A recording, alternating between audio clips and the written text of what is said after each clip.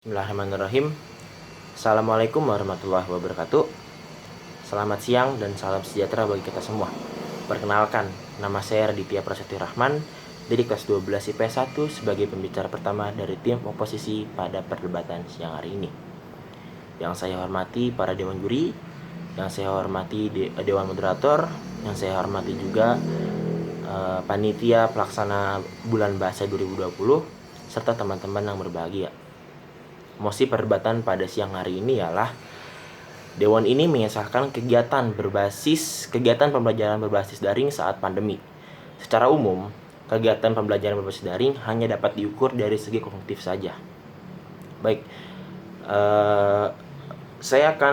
mari kita garis bawahi kata daring dan kognitif. Daring yang berarti singkatan dari dalam jaringan berarti pembelajaran melalui jaringan komputer, internet dan sebagainya. Dalam kata lain tidak melalui tatap muka ataupun secara virtual. Lalu kognitif itu artinya ialah berdasarkan kepada pengetahuan faktual yang empiris. Dengan kata lain, kita bisa sebut kemampuan berpikir seorang siswa. Baik, saya masuk ke argumentasi saya yang pertama, yaitu kenapa harus ada kata menyesalkan tanda kutip, sedangkan jika negara kita sedang mengalami kondisi pandemi COVID-19 seperti saat ini, maka cara satu-satunya pembelajaran adalah melalui jarak jauh ataupun secara virtual.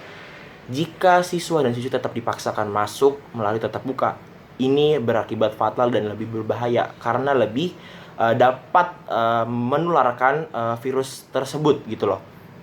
Lalu argumentasi yang kedua ialah jika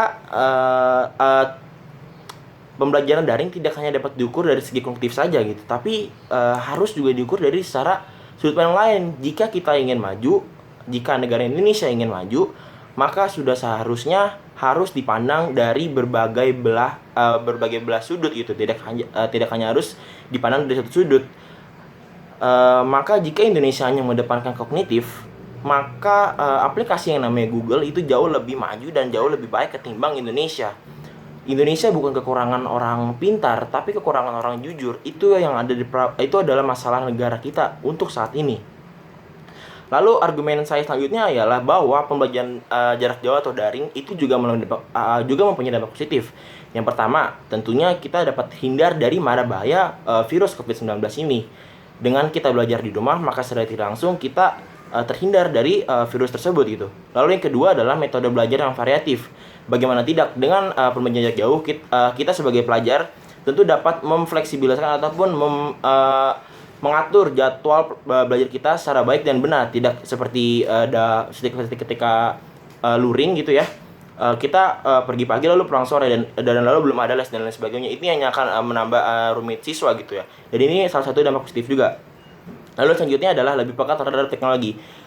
Betul saja, karena lebih peka terhadap teknologi dengan kita menggunakan komputer, handphone dan lain sebagainya, siswa lebih melek terhadap teknologi yang ada di depan ataupun di perkembangan zaman kita hingga saat ini gitu ya. Karena kan kita era pati teknologi itu era digital. Lalu selanjutnya yang terakhir adalah lebih banyak waktu bersama keluarga. Tentu saja dengan adanya kita melalui pembelajaran jarak jauh, siswa lebih mempunyai banyak waktu bersama keluarga dan mempunyai waktu atau biasa kita sebut sebagai siswa itu family time.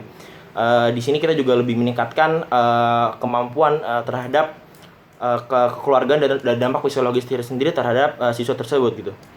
Baik, penutup kesimpulannya adalah ketika Indonesia ingin maju gitu, Indonesia ingin lebih maju daripada negara lain, maka tidak hanya dapat dipandang dari satu sudut pandang saja, tapi juga harus memandang dari sudut-sudut pandang lain. Ini adalah yang harus kita tekankan dari perdebatan pada siang hari ini gitu loh.